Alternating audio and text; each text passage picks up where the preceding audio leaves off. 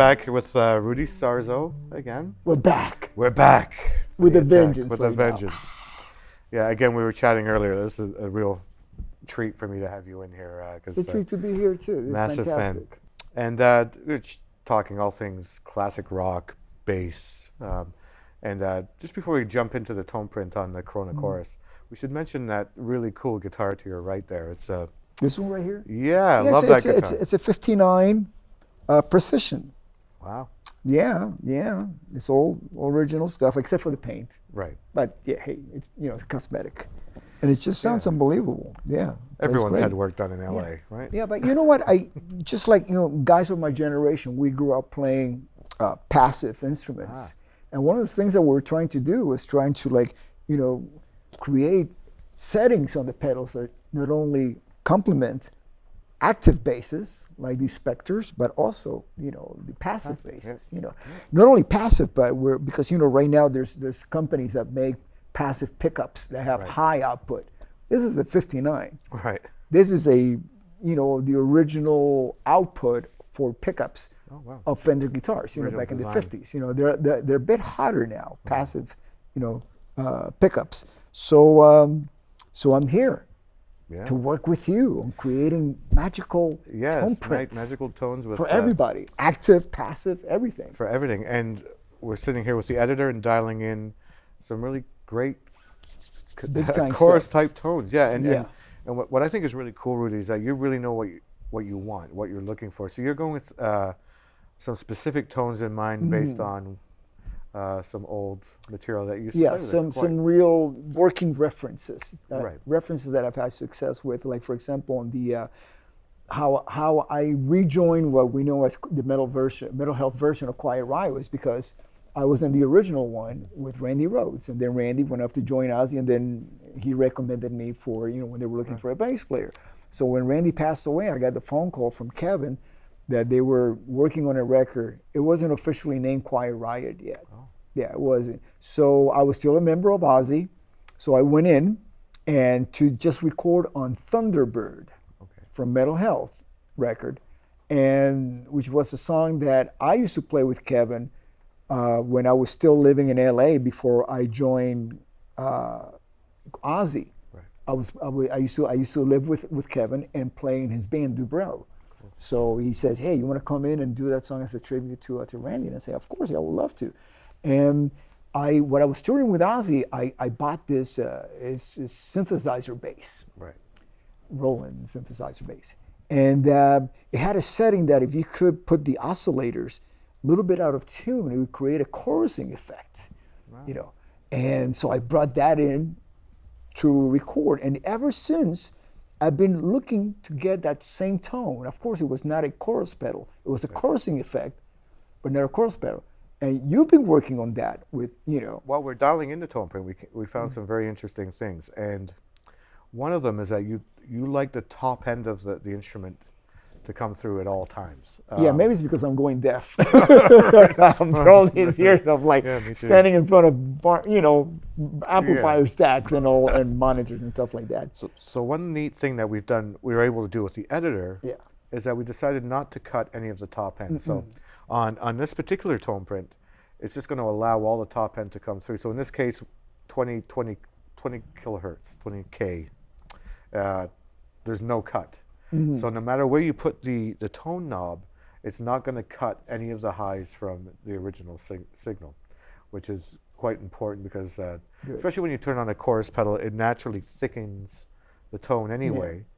So in this kind of case, we're not going to cut any top end and let the natural top end come through. And then also, what's pretty interesting as well, we found the depth.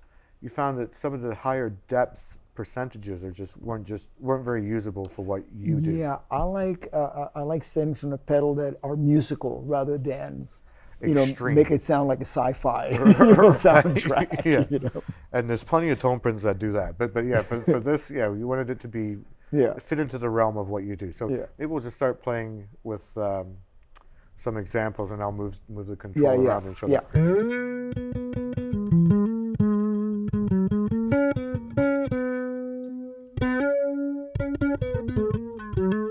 Again, again, I just love it. I mean, you had just improved the tone of the instrument. And a lot of it is, especially with the true bypass nature of the pedal, and with the editor, we're just allowing your natural bass tone to come through without coloring too much of the top end. Yeah, it's beautiful. It's great. And then as far as the depth is concerned, we found we can turn it all the way down. It gives you a nice doubling type effect. Yes. And very dynamic too. You know, if you just want to keep like low, subtle, or without breaking up the tone. Right. It's just no distortion or you know, breaking from playing too hard. Right. So you can go from a nice range of a really slow moving, almost completely still moving chorus, so like a doubling effect, up to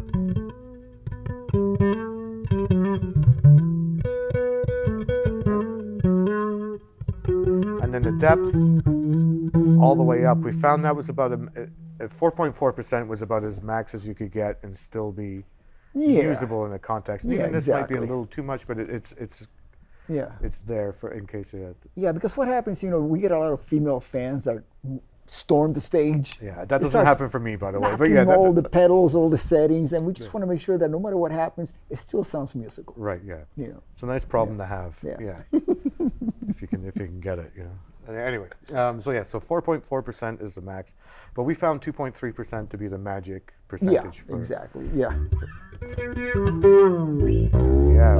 Another thing that we were talking about before that I just love that there's no dip. You can go.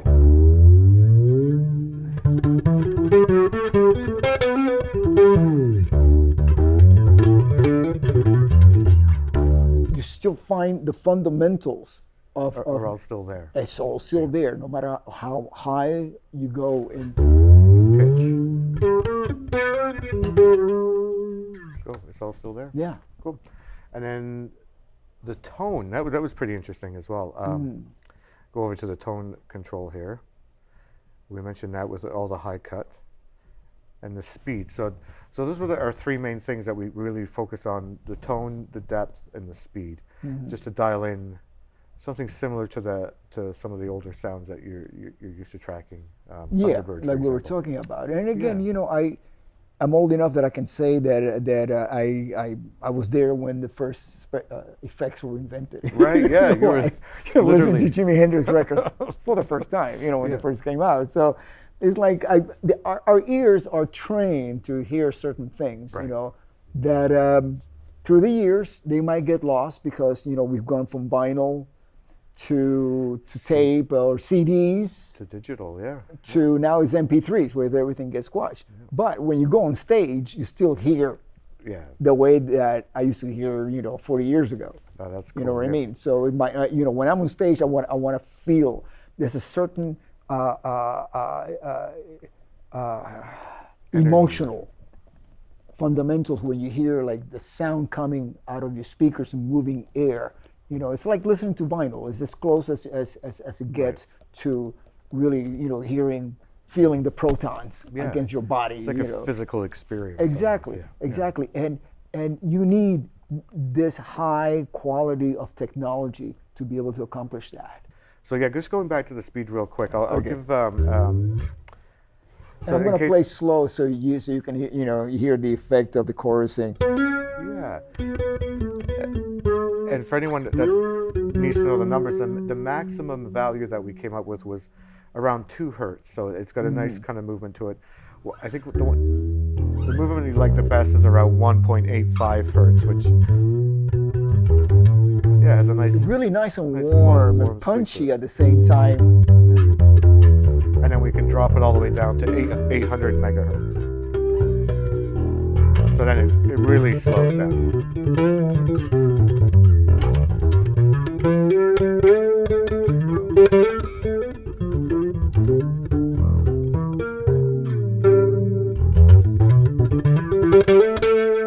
And if you dig into it, you hear the chorusing, but this is just a hint over there, you know what I mean? Cool. So it's very dynamic. We've got the effects because it's a rock chorus tone, we've got the effects level all the way up. Yeah. So yeah, turn it all the way up. Well, if we could make it go higher, we would. Yeah. It's a rock and roll chorus Just setting. keep it spinning. Yeah, 10, yeah. 10. Well, Yeah. It's really cool. I think you've done a great job dialing this in, and it's kind of a proud moment that it would have been a tone that you may have used back in the day, back on the old. Oh, it was. It's right. a tone that I did use back in the day that now I'm able to use it again. Yeah. Well, Rudy, thanks very much for coming by. Thank you, Russell. I've Thank you. learned so Thank you. much. Thank you for having me here. I had a blast. Great. We got to do it again. We will do it again. We'll do it Okay. a lot more. Like you said, we're just getting started. So thanks again. Everybody at home, check out the Rudy Sarzo Thunderbird tone print, and you're going to play us out. Yeah. Okay, why not? Let's rock.